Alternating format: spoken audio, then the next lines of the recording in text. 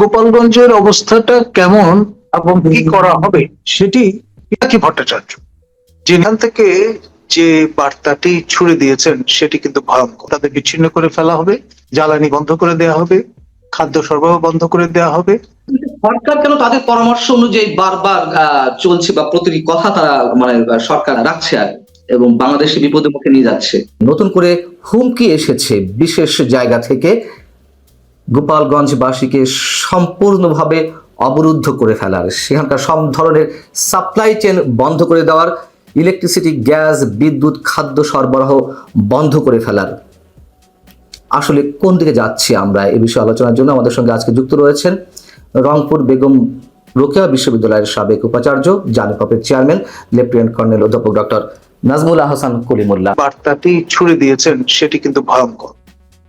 তিনি অনেকটা আমাদের জাতির পিতা বঙ্গবন্ধু শেখ মুজিবুর রহমানের ৭ই মার্চের ভাষণ, সেখান থেকে তার মতো করে একটা বক্তব্য ধারণ করবার চেষ্টা করেছেন যে আমরা তোমাদের ভাতে মারবো, পানিতে মারবো, ওই যে কনসেপ্টটা, সেইখান থেকে তার মতো করে বর্তমান কনটেক্সটে লোকজন কখনো প্রকাশ্যে এরকম ঘোষণা দেয়নি। গোপালগঞ্জকে এক হাত দেখে নেওয়ার জন্য যা যা দরকার তা করবার একটা পলিসি হাজির করেছে এবং ইন এ ওয়ে সেটা ইউনুস রেজিমের জন্য হয়তো তামিল যোগ্য। তাহলে তাদের বিচ্ছিন্ন করে ফেলা হবে, জ্বালানি বন্ধ করে দেওয়া হবে, খাদ্য সরবরাহ বন্ধ করে দেওয়া হবে, তারা বেরোতে পারবেন, গোপালগঞ্জ থেকে একবার বেরোলে ঢুকতে পারবেন। এই পুরো অঞ্চলকে অবরুদ্ধ করে 1 মাসের মাথায় এই পুরো কার্যক্রমটি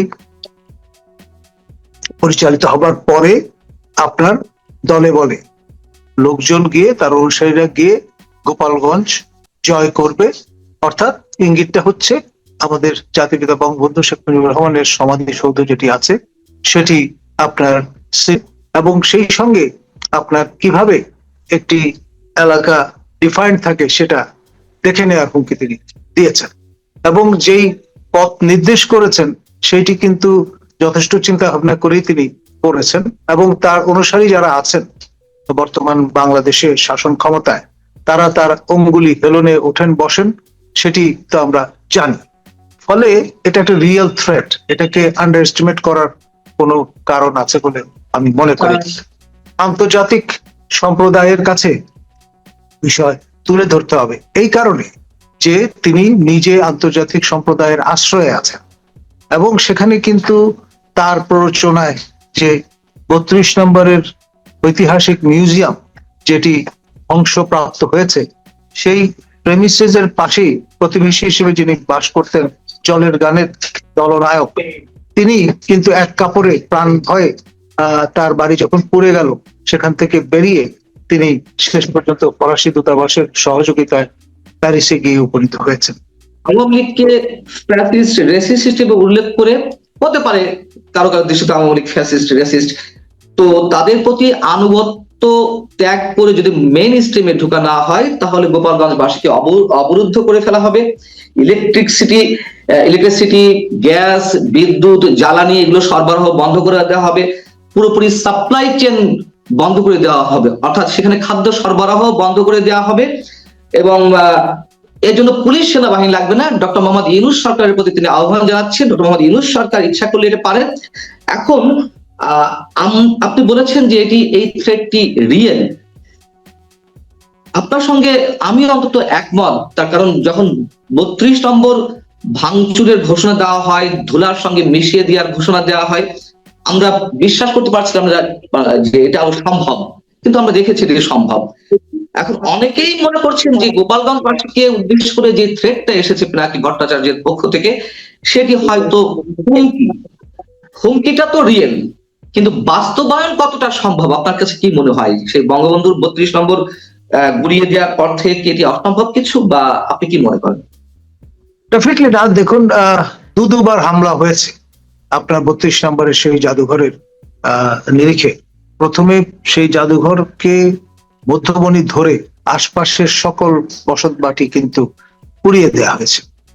আপনার এই আমাদের জলের গানের যিনি দলনায়ক আনন্দ, তিনি যে বাসায় ভাড়া থাকতেন সেটিও ভস্মীভূত হয়েছে। ধানমন্ডির সবচেয়ে পুরনো বাড়ি আমার জানা মতো, আমি সেই বাড়িতে গেছি।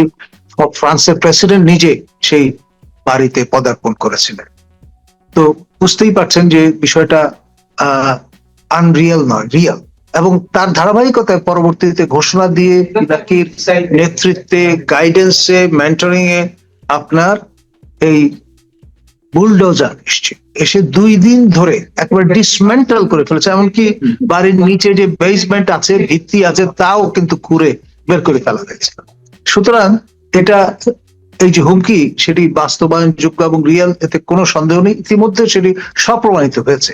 এখন বঙ্গবন্ধুর যে বাড়িতে বসবাস করতেন, যেই বাড়ির সঙ্গে বাংলাদেশের ইতিহাস যুক্ত, সেই বাড়ি যখন এভাবে নকডাউন করা গেছে, তার যে শেষ ঠিকানা আপনার সমাধিসৌধ, সেটি আপনার ডিসমেন্টাল করা, তার জন্য তার নির্দেশে, তার নির্দেশনায় কার্যকর করা অসম্ভব বলে আমি মনে করি। এবং সেটি কিন্তু তিনি হুমকি দিয়ে যেটি করেছেন, সেটি হলো কোন পটভূমিতে করেছেন? গোপালগঞ্জ আজ উপদ্রুত একটি জনপদ।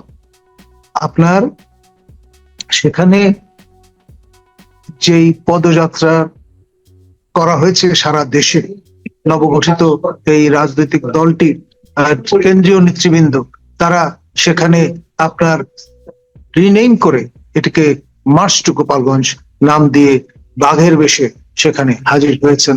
কিন্তু যে প্রতিরোধের সম্মুখীন তারা হয়েছেন, সেই পরিস্থিতিতে তাদের মার্জা বা বেড়ালের অবয়ব নিয়ে, প্রোটেকশন নিয়ে, সাজোয়া জানে চড়ে ফিরে আসতে হয়েছে।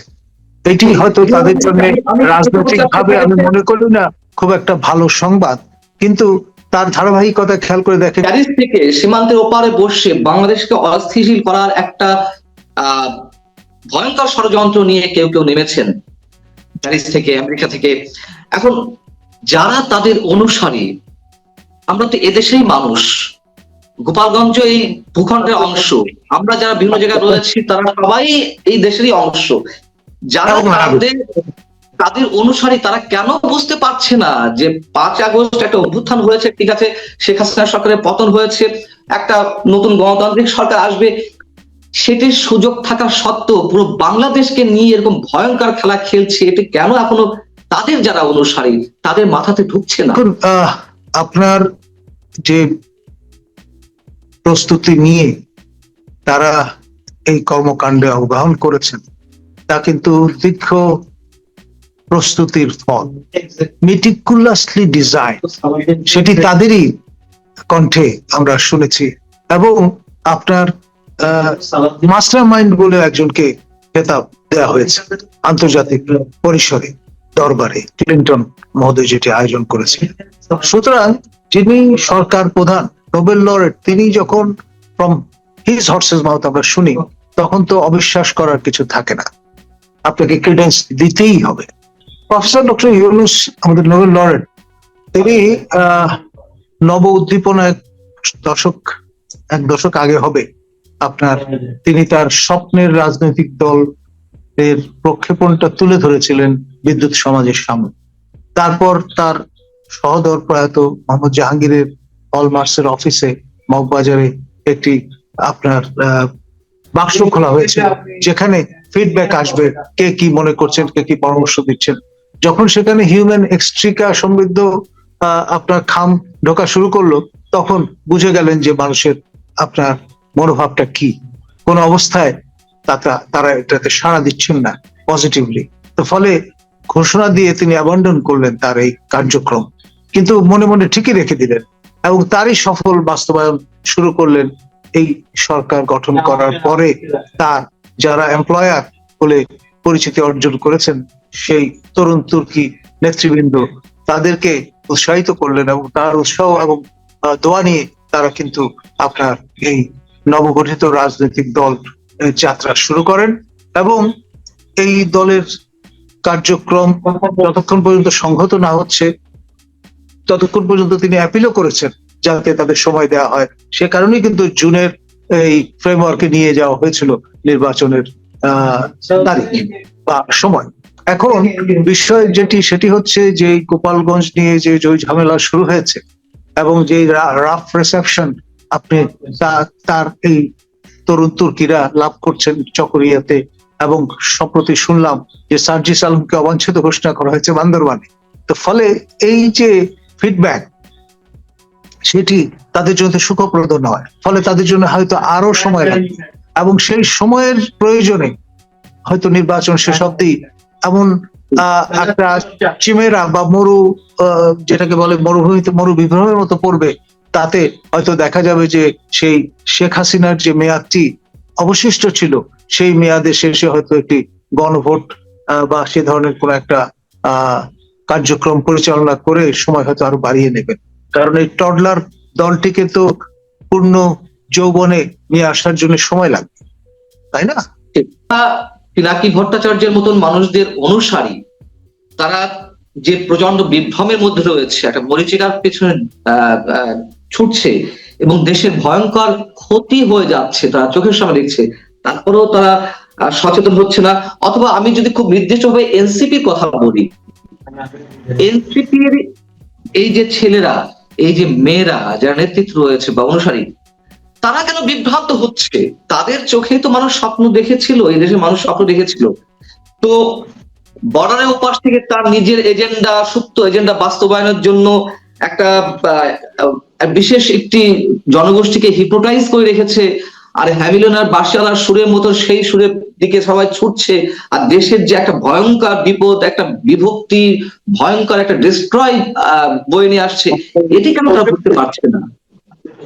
দেখুন, ঐন্দ্রজালিক যে আপনার বিভ্রম সেটি কিন্তু ভয়ঙ্কর, মানুষকে একদম খাদের কিনারেও নিয়ে যায়। দুইবার চিন্তা করে না যে আর এক পা আগালে মানুষ প্রপাত ধ্বনিত হবে। এটি ইতিহাসে বারবার আমরা দেখেছি। এই হ্যামলিনের বংশীবাদকের কথা বললেন, যেমন শহর খালি হয়ে গিয়েছিল, মায়ের বুক খালি হয়ে গিয়েছিল, সেটি হয়তোবা হতে পারে একটি মিথ, কিন্তু এর অতি বিশ্বাস পাশ্চাত্য জগতে সবার আছে। তো সেই জন্য এই নতুন নব্য বংশীবাদক তিনি আপনার নতুনতর আপনার মোড়কে তিনি আবির্ভূত হয়েছেন, এবং এসি সরকার, পিসি সরকার বলুন, আমাদের জুয়েল আইচ বলুন, সবাইকে আপনার রীতিমতো বলেছেন যে পিছে থাকো, আমি তোমাদের চেয়ে কম নই বিভ্রম তৈরির ক্ষেত্রে। এবং এর পাল্লায় পড়ে সমগ্র দেশ, সমগ্র জাতি কিন্তু আজকে রীতিমতো ভয়ঙ্কর এক ভবিষ্যতের অপেক্ষায় আছে। এইগুলো এনসিপির এই যে সম্ভাবনাময় তরুণেরা, ভবিষ্যতের কান্ডারীরা দেশের, তারা কি এগুলো মিলাচ্ছে না? মিলায় না কখনো? এখন ধরুন রাষ্ট্র গভীর সংকটে আপনার বিদ্যমান থাকবে, এতে কোনো সন্দেহ নেই। আমাদের আসলে বিষয়গুলো নিয়ে খোলামেলা কথা বলতে হবে, ভয় পেলে চলবে না, তার হুমকিতে আপনার কাতর হয়ে গেলে চলবে না। আসলে মানুষ বাঁচে কয়দিন? উনি যে ধরুন আমাকে উনি হুমকি দিয়েছেন মেরে ফেলবেন, এমনকি আরেক ধাপ নিচে নেমে বলেছেন পাশবিক অত্যাচার করবেন, এটা তো আপনার। সুতরাং এই যে বিকৃত মানসিকতা, সেই বিষয়গুলো বিশ্লেষণ করতে হবে, তুলে ধরতে হবে, সাইয়াগে করা যাবে। থাকে না আমাদের ভদ্রলোকদের একটা স্টাইল আছে যে আমরা অ্যাভয়েড করার চেষ্টা করি বা চেষ্টা করি, এবং তাতে আরো উৎসাহিত করা হয় ধরনের ব্যক্তিবর্গকে। সুতরাং খোলামেলা আলোচনা করতে হবে। তিনি আপনার আমাদের স্বরাষ্ট্র মন্ত্রণালয়ের নিয়ন্ত্রণ যদি নিয়ে থাকেন, আমাদের বিভিন্ন প্রতিষ্ঠানগুলোর যদি নিয়ন্ত্রণ নিয়ে থাকেন, সেইগুলো হাতিয়ার হিসেবে ব্যবহার করবার প্রচ্ছন্ন হুমকি তো তিনি দিচ্ছেনই। সুতরাং আপনার রাষ্ট্র যদি জিম্মি হয়ে যায় এই রকমের একজন ফেরারি মানুষের কাছে, তাহলে বলতে হবে এই জাতির ভবিষ্যৎ অন্ধকার।